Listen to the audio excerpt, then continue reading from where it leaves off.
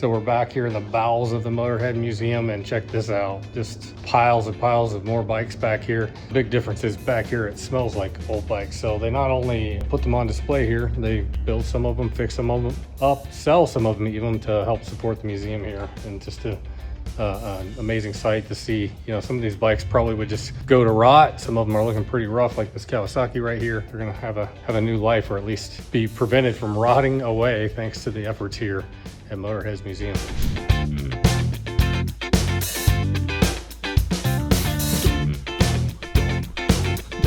I'm Pat Hanlon, owner of Hill Country Motorheads Motorcycle Museum in Burnet, Texas.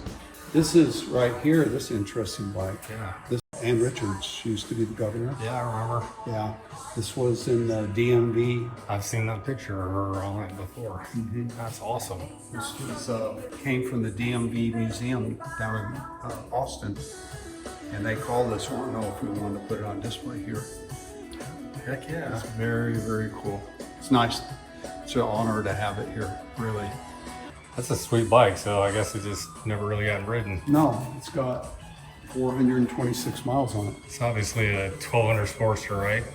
Yeah, I think it's an 883. Oh, 883. I thought the big air cleaner was the... Well, don't get me to lying. I was told that I it's could be an wrong. 883, Yeah, I mean, that would make more sense that it was. The mag wheels are, I think those are pretty one of a kind. I don't think that's stocked, is it? I think it was. Really? I think it was back in the day. Nice. It's a 92. This is on indefinite loan to us That's nice. from the DMV. Yeah, that picture right there was all over every newspaper in the world, probably. I remember it. Well, they had she was on the cover of Texas Monthly too. Yeah. Not on this bike, but on another one. And I think it's called her Big Bad Mama. Or So did she actually ride them? I mean, she didn't ride this one because there aren't any miles on it, but did she actually ride motorcycles? And somebody gave this to her. I think she went and got her license and took lessons, but she had to get rid of it because they said that you can't take those kind of donations if you're a public officer. Oh, yeah. So she donated it to the DMV. Plus, you know, the risk is of being governor and getting in a motorcycle crash. And that's how she ended up with it. It was donated by, I think, a dealer, a Harley dealer, and they had that logo painted on the tank. Is this an actual Evel Knievel bike? This is one of the original promotional bikes from back in the day.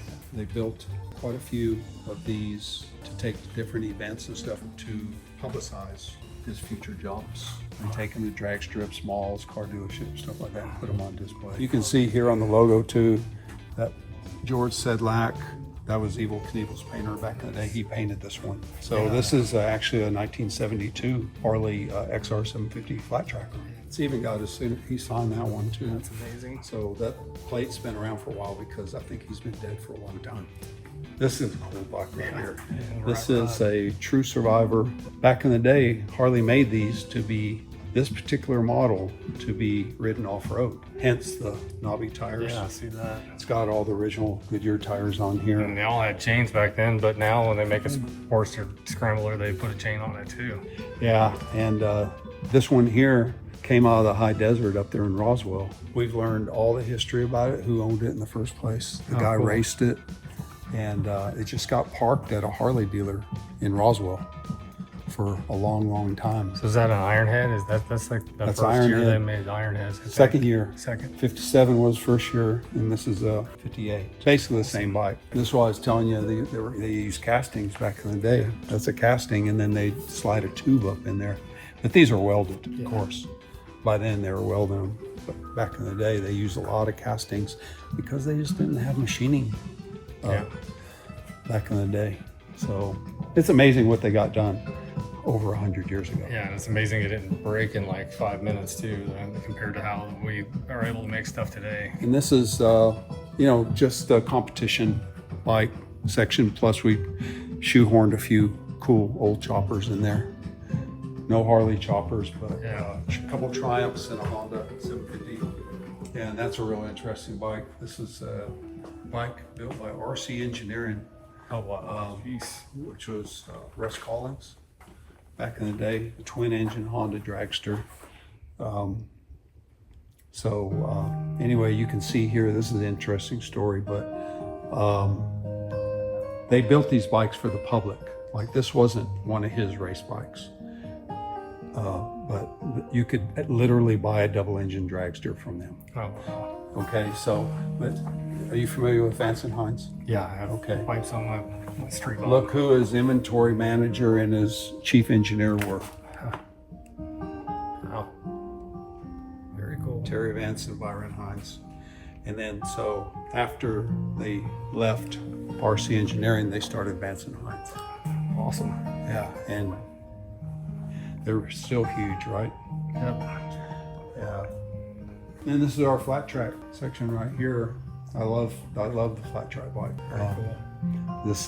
Some of these have really good lineage. Like this guy used to be a famous flat tracker back in the 70s and 80s, Frank Gillespie. This one in particular is, these two are very famous. This one here belongs to Daryl Hurst with Hurst Supply in Houston. He won the, see it up there, he won the Houston Astrodome Short Track TT National back in 1975 on this bike. Nice. So he loaned us his leathers and his helmet and his bike. That's awesome. Yeah, that was Bubba Schobert's Oh, awesome. TT bike and short track bike. So that's him back there. On this type of bike, he raced this one in particular, but he would have had 2 or 3 of them, right? He won 3 consecutive Grand National Championships back in the day. Nice. Yeah. And then this is the same bike as the Evel Knievel bike. Yep. It's just not with the paint job, basically, and it doesn't have a brake on the front. This one doesn't have any brakes. They used to not have brakes on them. Just as crazy as that is. Torque shift them or torque brake them or That's not it. brake at all. Just with your gears. just keep drifting. I'd say that most people are really surprised when they come here. They're a little overwhelmed by how many bikes we have in here because you can't really tell by looking at the sign out there. It doesn't say we have so many bikes. So Yeah, it's kind of an unassuming facade out there, and you come inside and you're like, holy crap. yeah, and that's the thing is I think that it's probably more surprise than anything. But the average person spends quite a bit of time in here when they're here looking at everything. Because what I've done, most of your museums for motorcycles are more aimed towards street bikes. Yeah. Okay, old Harleys and then all the British bikes, and but my taste is, as you can see, is pretty eclectic. So and I'm an old motocrosser from back in the day, so I kind of like competition, so you can see quite a bit of that in here. But over the year, I started out just restoring motocross bikes. Those 2 bikes up there, the yellow RM and the 77 red Honda CR 125, that was my first 2 restorations I did. And they both run really well.